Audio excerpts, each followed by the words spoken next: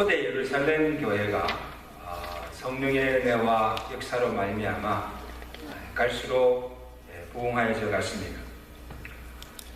하루에 3,000명이 회개하고 주께로 돌아오면서 단시간에 급속도로 교회가 성장하게 되면서 이들을 교회가 잘 수용하지 못하고 또 사도들이 성도들을 제대로 가르치고 양육하지 못함으로 인하여서 교회 안에 여러 가지 문제들이 생기기 시작하고 또 그 문제들로 인하여서 교회가 갈등과 분쟁으로 큰 어려움을 겪게 되는 것을 볼 수가 있습니다. 첫 문제가 교회 안에 거룩을 손상시키는 그런 일이 일어났습니다. 교회 안에 아나니아와 삽브라라는 부부가 밭을 팔아서 그것을 교회에 바쳤습니다. 여러분 얼마나 잘하는 일입니까? 그러나 판값의 일부를 감추고 그것이 전부인 양 사도들을 속이고 교회에 바쳤습니다. 이는 성령을 속이고 교회의 거룩을 손상시키는 가증한 일이 되므로 하나님께서 엄히 징계하시고 둘이 동시에 죽임을 당하게 되는 것을 우리가 봅니다. 그만큼 이 초대교회 예루살렘 교회가 성령으로 충만하여져 있다는 증거입니다. 여러분 교회는 어떤 거짓이나 조그만 불이나 죄를 용납할 수가 없어요. 그럼 하나님의 거룩이 손상되므로 하나님께서 기뻐하지 않으십니다. 그래서 그 일로 교회가 시험 들 수가 있으나 시험 들거나 침체된 것이 아니라 도리어 하나님의 영광이 드러나고 교회가 더욱 부흥하게 되었다는 거죠. 그래서 이를 본 모든 사람들이 누구를 두려워합니까? 하나님을 두려워합니다. 야, 정말 하나님이 이 교회에 살아계시는구나. 정말 성령이 함께 하시는 것인가를 느끼면서 하나님을 두려워하게 되고 사도들도 더 담대하게 말씀을 전하며 말씀을 전할 때 큰 능력과 기사가 행하여 짐으로 인하여서 교회가 더 말씀으로 흥황하여져 있습니다. 그래서 5장 12절에 보세요. 사도들의 손을 통하여서 인간의 표적과 기사가 많이 일어나매 믿고 주께로 나온 자가 더 많아졌다는 거죠. 교회가 더 침체된 것이 아니고 더 풍하게 되었다는 사실. 남녀의 큰 무리들아. 그리고 성도들도 핍박을 두려워하지 않고 뭐하기를 힘썼습니까? 당당하게 나가서 복음 전하면 전도하기를 힘썼다는 거죠. 그러니까 자연적으로도 부흥하는데 또 교인들이 나가서 확 전도해서 인도하니까 교회가 폭발적으로 성장하게 된 거예요. 자, 교회가 다시 거룩을 회복하고 성도들의 열심으로 전도하여 교회가 또 한참 부흥하는 중에 또 문제가 생겼어요. 어떤 문제가 생겼습니까? 교회 안에 헬라파 유대인과 히브리파 유대인들 사이에 구제하는 그 일로 인하여서 갈등과 분쟁이 생기게 되었습니다. 본문 1절 한번 보실까요? 다 찾으세요. 자, 본문 1절 우리 다 같이 봅니다. 시작. 그때 제자가 더 많아졌는데 헬라파 유대인들이 자기의 가부들이 매일의 구제에 빠짐으로 기름과 사람을 원망하니. 여러분 통계적으로 보면 이 교회가 이 단계가 있습니다. 50명이 모일 때, 100명이 모일 때, 150명이 모일 때 점점 이렇게 숫자적으로 교회가 성장함을 통하여서 이런저런 일들이 꼭 생깁니다. 문제가 생깁니다. 자, 지금 이 초대교회 안에 생긴 문제는 어떤 문제입니까? 구제하는 문제를 인해서 지금 두 파 간에 갈등이 일어난 거예요. 당시 교회 안에는 여러 계층의 사람들이 있었죠. 그래서 같은 유대인이라도 헬라파 유대인들이 있고 또 힐리파 유대인들이 있었습니다. 헬라파 유대인들은 어떤 자들인가 하면 예루살렘 밖에 사는 사람들, 이방인들이에요. 그래서 유대인이면서도 헬라권 문화 속에 살다가 예수를 믿고 교회 안에 들어온 자들이에요. 히브리파 유대인들은 본토에서 난 자들이에요. 그 예루살렘 본토에서 나서 나중에 예수를 믿고 유대교회에서 기독교로 개종한 사람들입니다. 그래서 지금 예루살렘 교회에 기득권을 가지고 있는 자들이에요. 그리고 교회의 모든 일들이 이 히브리파 유대인들 중심으로 교회가 주도해 나가는 거예요.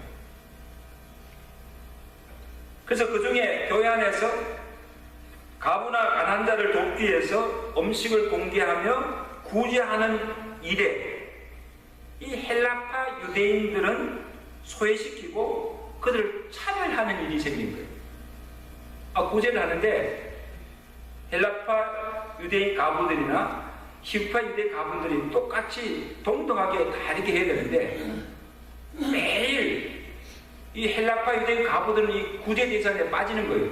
누구만 히브리파 유대인들 가부들에게만 집중적으로 막 나가는 거예요. 그러니까 이게 자연적으로 여기서 불만이 생기게 되는 거예요. 왜 우리를 이렇게 차별하느냐? 왜 우리 헬라파 유대인 가부들은 이렇게 무시하느냐? 이렇게 해서 그 무시하는 일 때문에 이 두 파 간에 갈등이 생기고 분쟁이 일어나게 됩니다.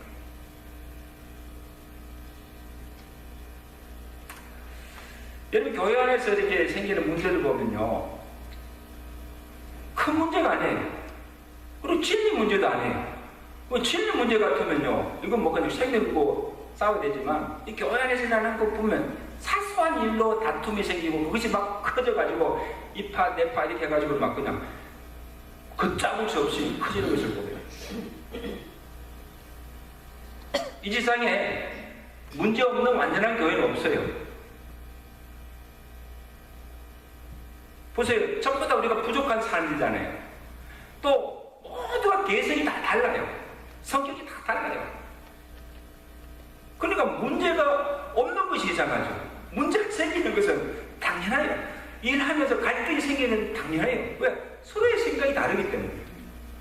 근데 교회가 문제가 있는 것이 이상한 것이 아니고 당연합니다. 그러나 그 문제를 어떻게 해결하냐에 따라서 그 문제를 인해서 교회가 쇠퇴하고 하기도 하고 또 그 문제 때문에 오히려 교회가 더 든든히 쓰고 부흥하게 되는 계기가 될 수가 있다는 말씀이에요. 아멘? 문제가 문제가 아니라는 거예요. 그 문제를 우리가 어떻게 해결하느냐. 잘못 해결하면 교회가 깨어지는 거예요. 이제 부흥하는 교회도 그 문제 제대로 해결하지 못하면 한순간에 그냥 무너지고 마는 거예요. 어떻게 보면요, 지금 초대교회 예루살렘 교회가 어떻게 큰 위기가 아닐 수가 없습니다. 근데 사도들은 어떻게 이 문제를 해결하는가를 보세요. 막 구제하는 일을 하지 말라고 중단시키지 않았습니다. 그리고 다툼을 일으키는 자들을 책벌하거나 내어두지도 않았습니다. 어떻게 보면요, 문제 해결 제일 청하는데 문제 해결자들을 다 책벌해가지고 그냥 내보내면 문제가 해결될 것 같지요? 절대로 그렇게 되지 않습니다. 그래서 사도들은 지금 이 문제를 발생했을 때 도대체 왜 이런 일들이 일어나는가, 도대체 그 원인이 무엇인가를 찾아보고 근본적인 문제를 해결하는 데 앞장섰다는 거예요. 겉으로 나타보는 비상적인 것을 하지 않고 왜 이 문제가 일어나는가, 근원적인 문제가 어디 있는 것을 찾고 그 문제를 해결하는 데 집중하고 있는 것을 보게 됩니다. 자, 그래서 첫째 원인이 바로 지도자들의 영적 결핍에 있음을 본 것입니다. 자, 2절 보세요. 자, 2절 말씀. 우리 다 같이 읽겠습니다. 시작. 12사도가 모든 제자들을 불러 이르되 우리가 하나님의 말씀을 제쳐놓고 접대를 일삼는 것이 마땅하지 아니하니. 자, 보세요. 제대로 본 것이죠. 지금 교회 갈등과 문제가 구제하는 데 있지 않다는 거예요. 그 일 때문에 생긴 것이 아니고 더 근원적인 문제가 뭔가 하면 사도들이 진작 해야 할 일을 하지 않고 다른 잡다한 일에 분주하게 보내다 보니까 영적으로 결핍되었다는 것입니다.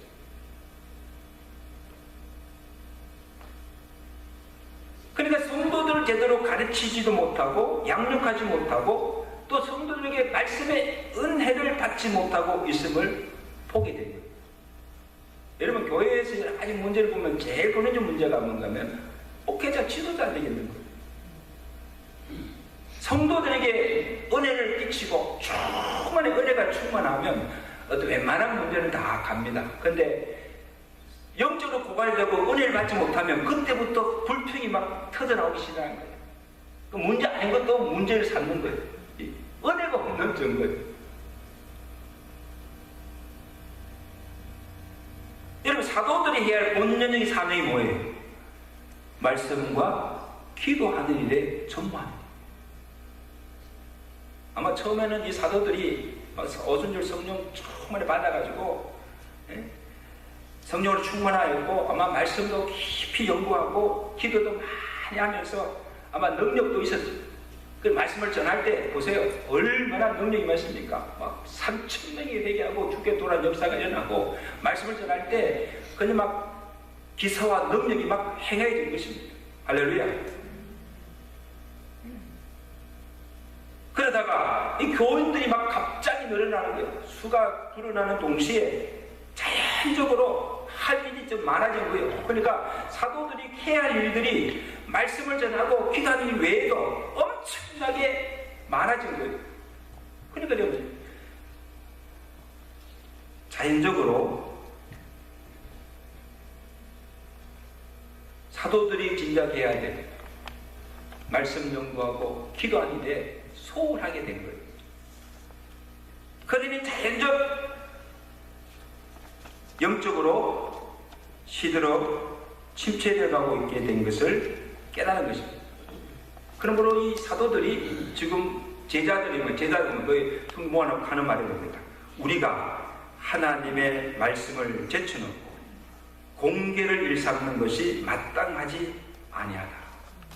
그러므로 이제부터 우리 사도들은 본연의 자리로 돌아가서 사도들이 해야 할 본연의 사명, 말씀과 기도하는 일에 전무하여서 하나님의 은혜로 영적으로 충만해져서 우리가 주의 백성들에게 은혜의 말씀 전가하는 일에 우리가 힘을 쓰겠다. 그렇게 결정합니다. 여러분, 교회에 목회자를 위하고 돕는 일이 무엇인가 하면 목회자를 위해서 기도해 주는 일이 중요합니다. 아멘? 여러분들이 기도해야 돼요. 그리고 또 한 가지는 목회자가 생활에 염려 없이 편안하게 목회할 수 있도록 잘 예우해 주는 것도 좋습니다. 생활에 어려움이 있으면 되지 않잖아요. 그것도 중요한 일입니다. 근데 그보다도 더 중요한 일은 오늘 초대 예루살렘 교회를 통해 보실 때 목회자가 오로지 그 본연의 사명, 말씀과 기도하는 일에 전무할 수 있도록 모든 시간과 에너지를 영적인 일에 쓸 수 있도록 협력하고 도와주는 일입니다. 이것이 제대로 되지 않을 때 목회자가 다른 일에 말씀과 기도하는 이후에 다른 일에 모든 시간과 정의 에너지를 쏟아버리면 자신이 영적으로 충족을 시킬 수가 없어요. 그러면 목회자가 영적으로 충족되지 않은 상태에서 말씀을 전하면 그 말씀에 무슨 은혜가 되겠습니까? 그 말씀에 무슨 능력이 나타나겠어요?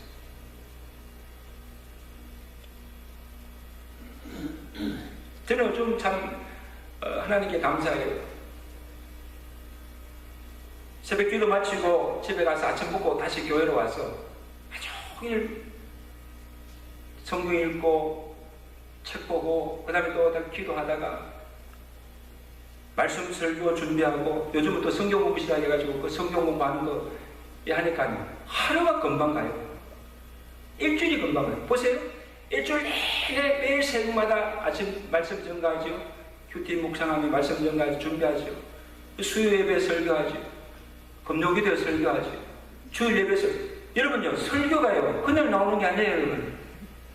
그리고 매 말씀을 통해서 이렇게 은혜를 끼치시다는 것은요, 그만 충분한 준비가 없이는 절대로 할 수가 없어요. 그러니까 이 말씀 준비하는 일에 힘을 쓰니까 저에게도 얼마나 큰 힘이 된지 몰라요. 할렐루야. 제가 말씀 준비하면서 성경 공부 준비하면서요, 내 나름대로 내가 먼저 은혜 받는 거예요. 얼마나 좋은지. 교회가 평안하니까 사람들에게 신경 쓸 일이 없는 거예요. 여러분 감사합니다. 목회가 이렇게 편안하게 스트레스 받지 않고 내 모든 시간과 에너지와 정력을 말씀 연구하고 기도하는 일에 영적인에게 쏟아할 수 있게 하는 이것이 얼마나 감사한지 저는. 그래 여러분 성도들이 너무너무 감사해요. 아멘. 받아가는 사람 없으니까요. 이것만 해도 목사에게는 큰 축복이에요. 생각해보세요. 목사가 설교 준비하다가 말씀 준비하다가 기도하다가 이렇게 신경 쓰는 사람 있잖아요. 그런 사람 생각하면요, 말씀 준비가 안 돼요. 제게는 그것이 얼마나 큰 은혜인지. 여러분들이 목사를 위해서 한 일이 뭔가 하면 기도해 줄 뿐 아니고, 목사가 말씀과 기도하는 일에 전무할 수 있도록 거기에 온 것을 쏟을 수 있도록 도와주는 것, 이것이 큰 힘이 되는 줄 믿습니다. 그렇게 하면 여러분들이 은혜 받고 교회가 말씀으로 흥황함으로 부흥게 될 줄로 믿습니다. 이 초대교회 예루살렘의 교회 문제의 해결이 바로 거기다. 사도들이 이게 지금 우리가 잘못하고 있구나. 우리 자신이 지금 다른 일에 막 분주하다 보니까 우리가 해야 할, 진짜 해야 할 말씀과 기도할 일에 전무하지 못하고, 그러니까 자신들이 막 영적으로 충만하지 못한 거예요. 그러니까 문제가 거기서부터 생기는 것임을 알아야 됩니다.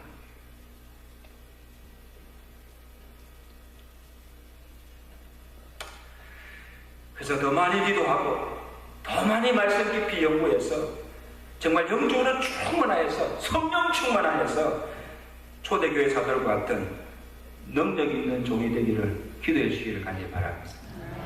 도와주시기를 간절히 바랍니다. 자, 그 다음에 교회의 구조적인 문제를 발견하였습니다. 당시 예루살렘 교회 체제가 사도들 중심으로 되어 있습니다. 그래서 이렇게 오늘날 같이 막 조직을 세워서 장로, 권사 이런 시스템이 갖춰지지 않고, 그러니까 모든 사역이 사도들 중심으로 이루어지다 보니까 조그만 일 하나까지도 사도들을 의존하게 되고, 사도들이 일일이 관여하지 않으면 일이 돌아가지 않는 거예요. 그러니까 여러분요, 얼마나 일이 많겠어요.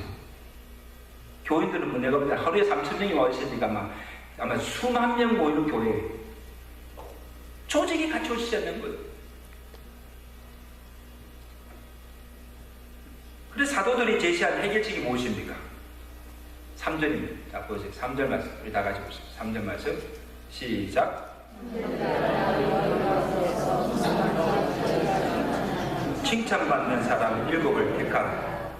우리가 이 일을 그들에게 맡기고, 우리는 오로지 기도하는 일과 말씀사에게, 말씀과 기도에 전무하기 위해서는 그동안 사도들이 했던 이런 다른 일들을 맡길 사람이 필요한 거죠. 그러니까 너희가 그 맡길 사람들을 선택해서 세우라는 거예요.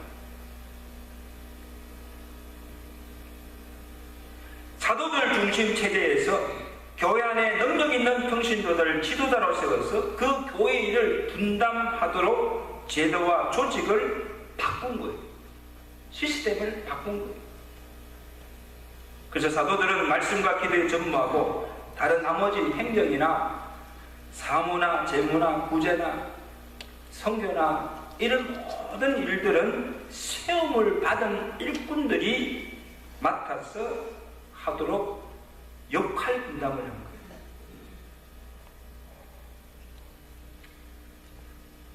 여러분, 교회 일은 절대로 목사나 일 잘하는 사람 몇 사람 중심으로 결코 일을 이루어서는 안 돼요. 그럼 언젠가는 반드시 문제가 생기게 되어 있어요. 각양, 은사와 재능을 따라서 섬겨야 합니다. 그래서 바울이 고린도 교회에 권면하기를 고린도서 12장 28절 보면 하나님이 교회 중에 몇을 세우셨으니 첫째는 사도요, 둘째는 선지자요, 셋째는 교사요, 그 다음은 능력이 하는 자요, 그 다음은 병 고치는 은사와 서로 돕는 것과 다스리는 것이다. 다 사도겠느냐? 다 선지자겠느냐? 다 교사겠느냐? 다 능력을 해내는 자겠느냐? 어떻게 다 그렇게 할 수가 있습니까? 다 맡은 일이 다르다는 거죠. 로마서 12장 6절에는 우리에게 주신 은혜대로 받은 은사대로 믿음의 분량대로 혹 섬기는 일이면 섬기는 일로, 가르치는 일이면 가르치는 일로, 위로하는 자면 위로하는 일로, 권면하는 자는 권면하는 일로, 구제하는 자는 성실함으로, 다스리는 자는 부지런함으로, 즐거움으로 할지니라. 저는 우리 교회 보면 여러분 한 사람 한 사람을 보면 각양 하나님께 좋은 은사를 다 주셨어요. 아멘. 은사가 없는 사람들이 없어요. 그러면 여러분 교회를 어떻게 섬겨야 되는가 하면 내게 없는 것 가지고 할 수가 없어요. 이미 하나님께 여러분에게 주신 그 은사를 가지고 여러분이 잘하는 것을 가지고 어떤 분은요 구제 은사가 있어요. 막 그냥 자기 있는 거 막 꺼내고 도와준 사람들, 이 구제 은사인 사람, 이 사람들 구제하는 일로 섬기면 됩니다. 할렐루야. 또 노래 잘하는 사람들 찬양하면 막 그냥 기뻐하는 사람 있잖아요. 찬양을 통해서 섬길 수가 있는 거예요. 어떤 분은 잘 가르치는 은사가 있어요. 어떤 분은 목사보다 더 잘 가르치는 은사가 있어요. 그런 사람들이 교사가 되어서 가르침을 통해서 교회를 세워갈 수가 있는 줄 믿습니다.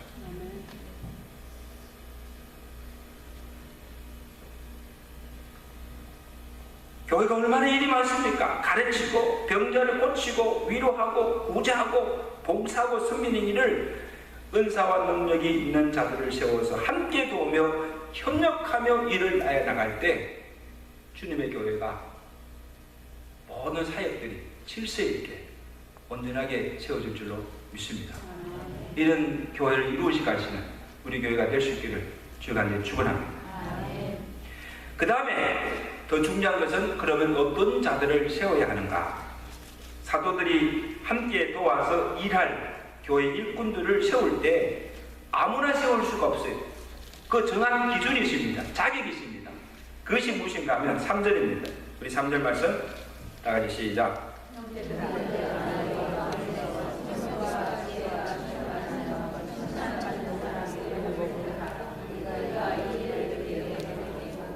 자, 거기 보시면 세 가지 말씀하고 있죠. 자, 첫째 조건이 뭐예요? 성령이 충만하자. 여러분, 교회 일은요, 세상 일과 달라요. 영적인 일. 영적 일을 하는 데 있어서 영적인 사람을 세워야 됩니다. 뭐, 인간적, 세상적 조건으로 학력 좋고, 그리고 뭐, 지위가 있고, 뭐, 돈 많고, 이런 사람들을 세워서는 일이 될 것 같지만 일이 안 돼요. 왜? 교회는 영적인 일이기 때문에. 똑똑 세상적인 조건보다도 제일 우선적으로 영적인 사람, 성경 많이 알고 기도 많이 하고 영적으로 충만해서 성도들을 영적으로 지도할 수 있는 자들, 이런 사람들이 지도자가 되어서 끌어가야 문제가 아닙니다.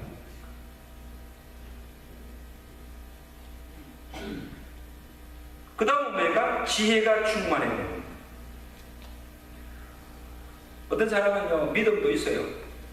기도도 많이 하고, 영적이기도 하지만, 지혜가 부족한 사람이 있어요.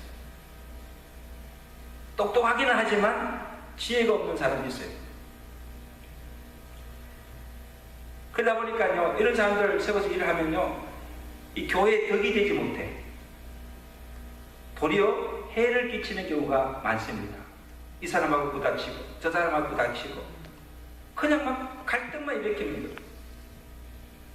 그 지혜는 어떤 지혜입니까?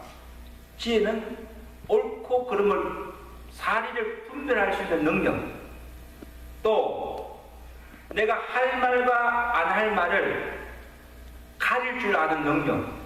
말이라고 그냥 막 하는 게 아니에요. 지혜로운 자는요, 말을 구별하여 사용할 줄 알아요.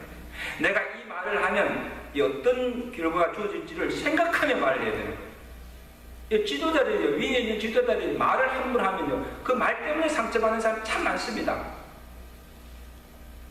말을 잘할 줄 아는 지혜. 그 다음에 이 교회 조직을 이해하고 타협할 줄 아는 능력. 아무리 여러분 자기가 능력 뛰어날 자라도 이게 서로 이렇게 함께 일하는 이걸 할 줄 모르면요, 일이 안 되는 거예요. 타협할 줄 알고 서로 함께 이렇게 협력할 줄 아는 리더십. 이게 지혜로운 자예요.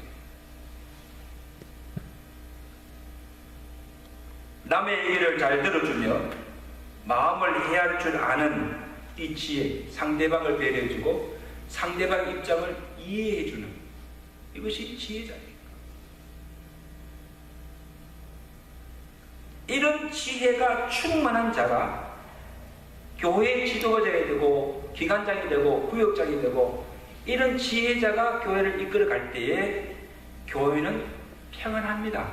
아멘. 평안해요. 일이 또 제대로 잘 되어요. 그 다음에 그보다 더 중요한 조건이 뭔가 하면 사람들에게 어떤 사람? 칭찬 듣는 사람. 저는 이게 굉장히 중요하게 생각합니다. 영적으로 충만하고 지혜도 있고, 그 다음에 또 한 가지는 뭡니까? 내 주변 사람들에게 좋은 평가를 받는 사람. 여러분, 한국 사람들이 좀 잘하는 거는요, 하나님의 관계에서는 잘해요. 기도도 많이 하고 영적으로 쭉만 하고 막 이렇게 하는데, 이 인간관계가 잘못되는 경우가 참 있습니다. 우리가 하나님께 하나님 일꾼으로 인정받는 것도 중요하지만, 오늘 저 사람들이 먼저 가정에서부터, 또 내가 일하는 직장에서부터 세상 밖의 사람들에게 칭찬 듣는 사람이 되어야 돼요. 세상 사람들에게도 인정받는 자가 교회의 지도자가 되어야 그 교회가 그로 말미암아 큰 힘이 될 줄을 믿습니다. 어떤 말을 드려야 됩니까? 저 사람 말은 도저히 믿을 수가 없어. 저 사람 교회에서는요, 뭐 거룩하게 보이지 밖에 나가서 삶을 보면 엉망이야. 만약에 이런 말을 듣는다고 한다면 이것이 그 사람에게도 욕이 되지만 그 사람을 세운 교회도 욕을 먹는 거예요. 더 나아가서 뭡니까? 하나님의 영광을 가리는 거예요. 어느 교회 가니까 어느 장로가 그 있더라고요. 어느 교회 가니까 어떤 일부 사람이 그 교회 다니더라. 이러면요, 이 전도의 문이 막혀버려요.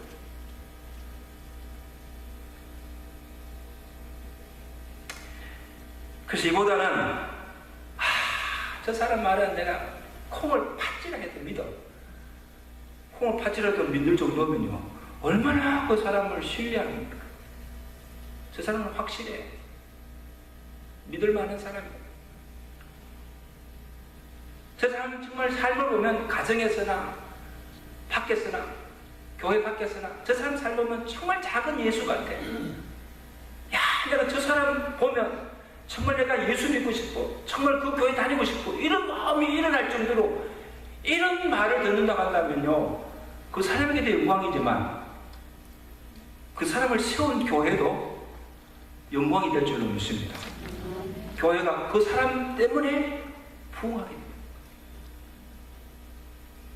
여러분, 목사 저 자신도 그렇고 오늘 우리 교회에 재직들로 세우신 장로님들, 권사님들, 집사님들, 우리가 먼저는 우리 하나님 앞에서 인정받는 일꾼이 되시길 제가 축원합니다. 또 그보다도 더 중요한 것은 여러분이 그 가정에서부터, 그 다음에 직장에서, 세상 밖에서의 정말 모든 사람들부터 칭찬받는, 신뢰받는 그런 하나님의 종들 되시기를 주간히 축원합니다. 그것이 교회 부흥의 비결입니다.